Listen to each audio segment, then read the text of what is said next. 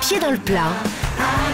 Cyril Hanouna. Alors on a déjà eu peur tous de la fameuse aiguille de l'infirmière qui vient nous faire une prise de sang. Vous savez, cette effrayante aiguille de plusieurs centimètres de long qu'on vous plante dans le bras. Eh bien on a peut-être trouvé la solution pour ne plus avoir peur et ne plus avoir mal grâce aux moustiques. Parce que lui aussi s'est fait une spécialité de venir nous piquer, mais quand il nous pique, on s'en rend pas vraiment compte. C'est après que ça gratte, voilà, après. Alors il y a une entreprise japonaise qui a eu l'idée d'étudier la trompe des moustiques et de comprendre pourquoi ça ne nous faisait pas mal sur le coup. Et la différence est assez frappante, c'est que les aiguilles classiques de l'infirmière, elles sont cylindriques, alors que les trompes des moustiques ont un bout beaucoup plus arrondi. Donc les chercheurs ont étudié et copié la trompe du moustique pour créer des aiguilles qui ne font plus mal quand elles entrent dans la peau, parce qu'elles ont une extrémité de seulement 0,2 mm de diamètre, minuscule. 0,2 mm de diamètre, c'est l'épaisseur à peine de 2 cheveux. Vous imaginez comme c'est fin?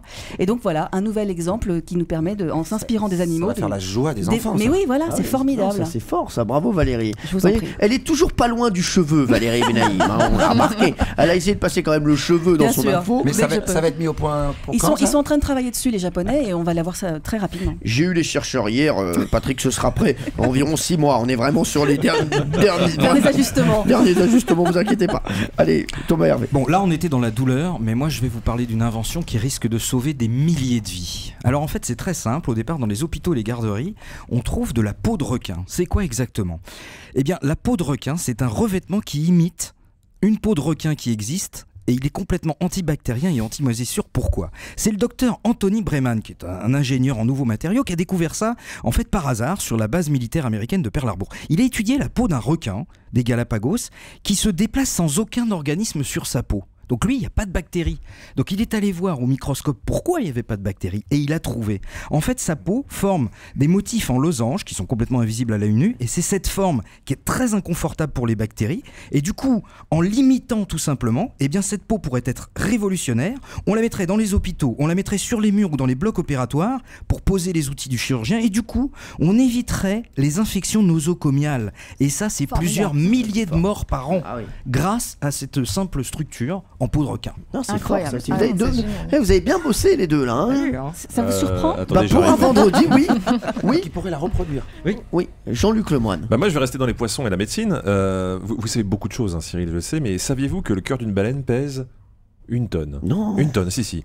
Ce muscle gigantesque est capable d'envoyer l'équivalent de 6 baignoires de sang oxygéné dans son système sanguin, qui est 4500 fois plus grand que le nôtre. En tout cas, les baignoires de sang, vous savez nous faire rêver, vous. Non, vraiment. Je sais que vous avez bientôt passé à table. Vraiment. C'est mettre une information en exergue. À midi 20. Oui, je pense à tous nos auditeurs qui vont manger du boudin. Et tout ça, ça se fait en douceur avec un rythme de 3 à 4 pulsations par minute seulement. Et c'est ce qu'a étudié George Reynolds, l'un des inventeurs du pacemaker. Vous savez, cette pile qu'on met dans le corps des patients souffrant de problèmes cardiaques. Il s'est rendu compte que le cœur de la baleine se contractait grâce à des fibres minuscules émettant des signaux électriques même au travers de la graisse. Alors, il a voulu améliorer les pacemakers en s'inspirant de ces fibres. Et le résultat est carrément surprenant, puisque Reynolds est parvenu à imiter le phénomène et à inventer un pacemaker, mais sous forme de patch, qui fonctionne sans chirurgie, sans anesthésie et sans batterie. Le tout 200 fois moins cher qu'un pacemaker traditionnel, puisqu'il ne coûte que quelques centimes. Et il y a une première opération qui a eu lieu sur un Européen de 62 ans. Et Léo Bouvier est aujourd'hui le premier homme équipé d'un pacemaker naturel issu d'une baleine. Depuis combien de temps? Là, c'est bluffant. On n'a plus de nouvelles. On n'a plus de nouvelles du gars. Alors, Adélaïde de Clermont-Tonnerre, vous êtes une nouvelle venue dans l'émission. Si vous nous rejoignez sur Europe 1, vous êtes journaliste, vous êtes normalienne, vous êtes directrice de la rédaction de Point de Vue. C'est vous qui allez décider du meilleur scoop. Alors, à votre avis, moi j'ai ma petite idée. Moi je suis vachement partagée parce que je trouve que les deux, c'est vrai que c'est très bien de pouvoir améliorer les piqûres, on n'aime pas ça, c'est sûr, mais là vous deux, ah non mais il y en a qui essayent de me soudoyer là, c'est pas possible.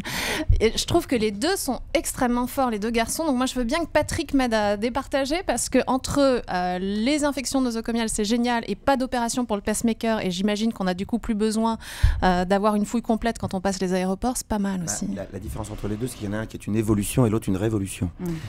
Donc l'évolution, l'art de la formule. L'évolution par rapport aux problèmes cardiaques, bien sûr, c'est à saluer et c'est fantastique, vraiment. Par contre, ce que vous avez évoqué avec le traitement de Thomas Hervé, c'est juste révolutionnaire et incroyable. Donc c'est Thomas Hervé qui gagne. Allez. Merci. Europe 1, les pieds dans le plat. Tous les jours, 10h30, 12h30. Cyril Hanouna.